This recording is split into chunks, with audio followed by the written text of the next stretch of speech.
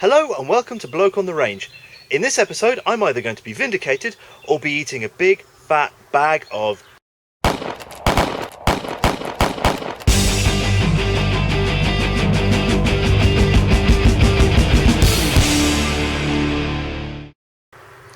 humble pie really. Now what might I be needing to eat humble pie over? Well, this stuff, Swiss GP 1890, not to be confused with modern GP90, which is Swiss for 223 Remington. Now, in the English language literature, it's often reported that this cartridge is semi-smokeless. I believe that this is a mistranslation. Here we have the original 1889 rifle manual from 1892, and we have a clear description: Pulver, rauchschwach, Korn. Smoke weak, literally. Exactly the same word is used to describe the powder in the GP11 in the 1961 manual. Now, semi-smokeless powder is actually a thing from the end of the 19th century, went out of favour sometime before the First World War.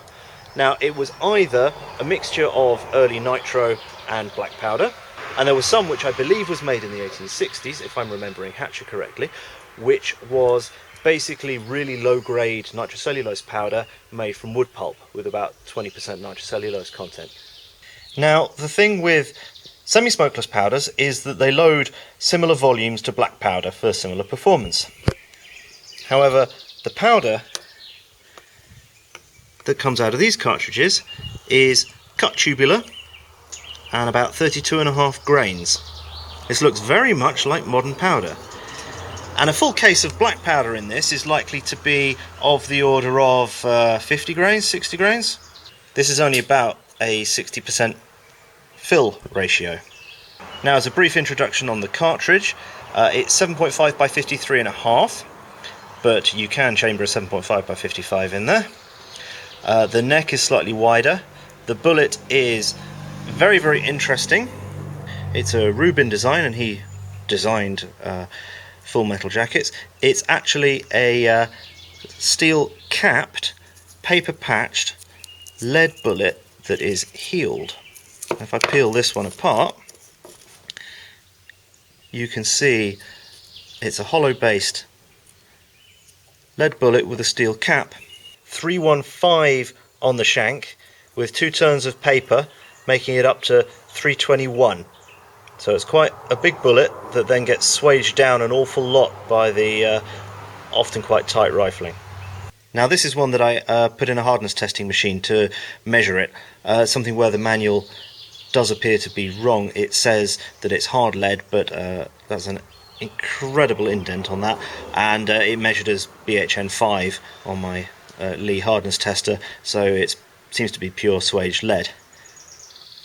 Now, the reason why they seem to have adopted this, judging by what's said in the manual, is they said accuracy and penetration. Now, back in this period, there were awful troubles with metallic fouling due to the alloys being used in jacket materials and the powders of the day, before they had all the nice additives that reduced metallic fouling. So what we have here is probably a good compromise. By being paper patched, we've got no metal in contact with the barrel. The steel cap then gives it its penetration power by stopping it deforming too badly. And I suspect this was particularly important to the Swiss because target shooting was very important, and therefore not having barrels that were going out of service due to horrific metallic fouling was a good thing. Now, how are we going to test this? Well, what we've got here is an 1893 Mannlicher carbine in 7.5mm GP90, recently featured on a video on forgotten weapons, and I'll put a link in the video for you. We've got a pile of mostly 1909 dated GP90, and we're hoping that at least some of that will go bang. And as a control, we've got some 1951 dated GP11, complete with grease ring, which should make a good control, and my trusty K31. So let's set the cameras up and see how we get on. So as a control, first of all, 2 of these GP11s through a degreased K31. That was a bit click bang.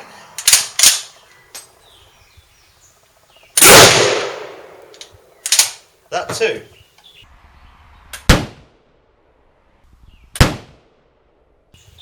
Well, that sets a baseline for smoke. Now, the 1893 belongs to the chap, so I shall hand you over to him.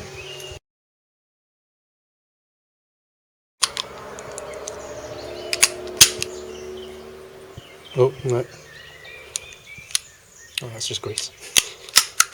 Right. Okay.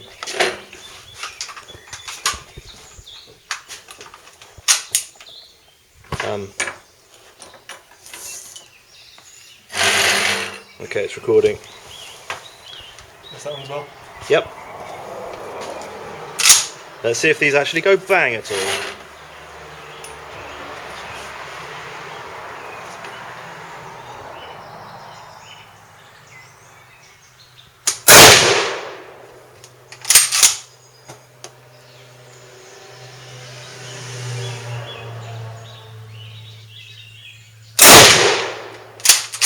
Made yesterday. Yeah, that's better than the 1951.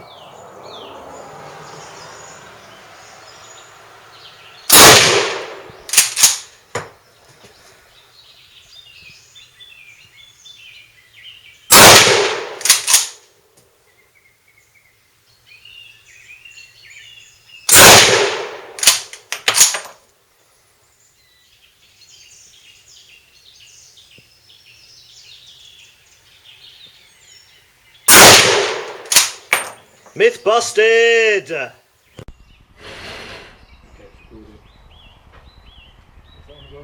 Yep.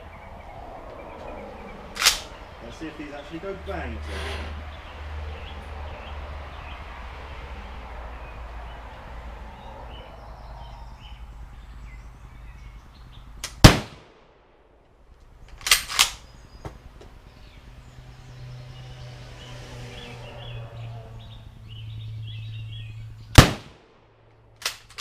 Made yesterday. Yeah, that's better than the 1951.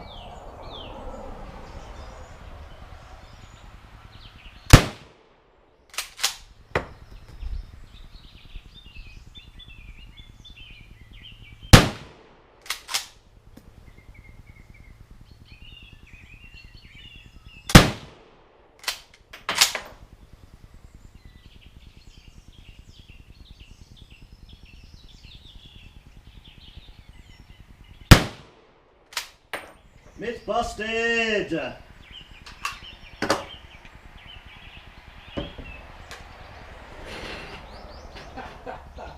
That is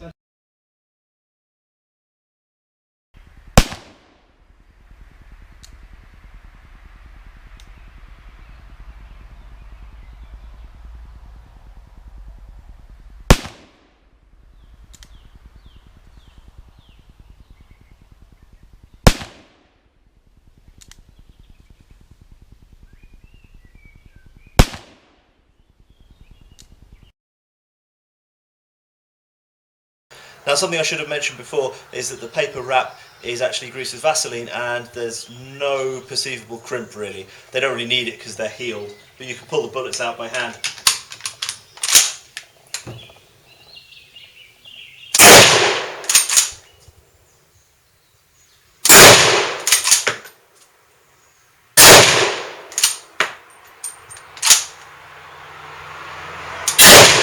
Well, that one was click bang. Yep. And the paper goes whoosh!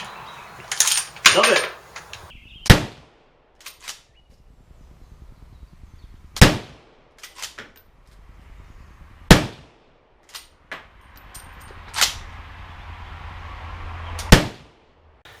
Not bad for 106-year-old ammunition.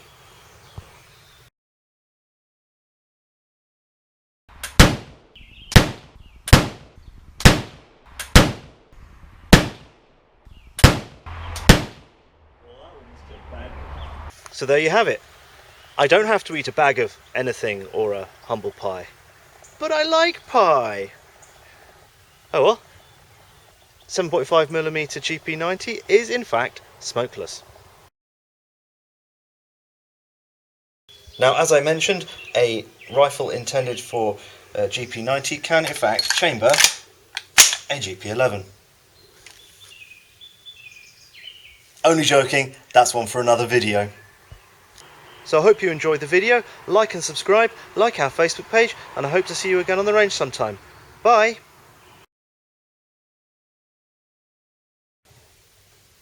I've totally forgotten what I was going to say.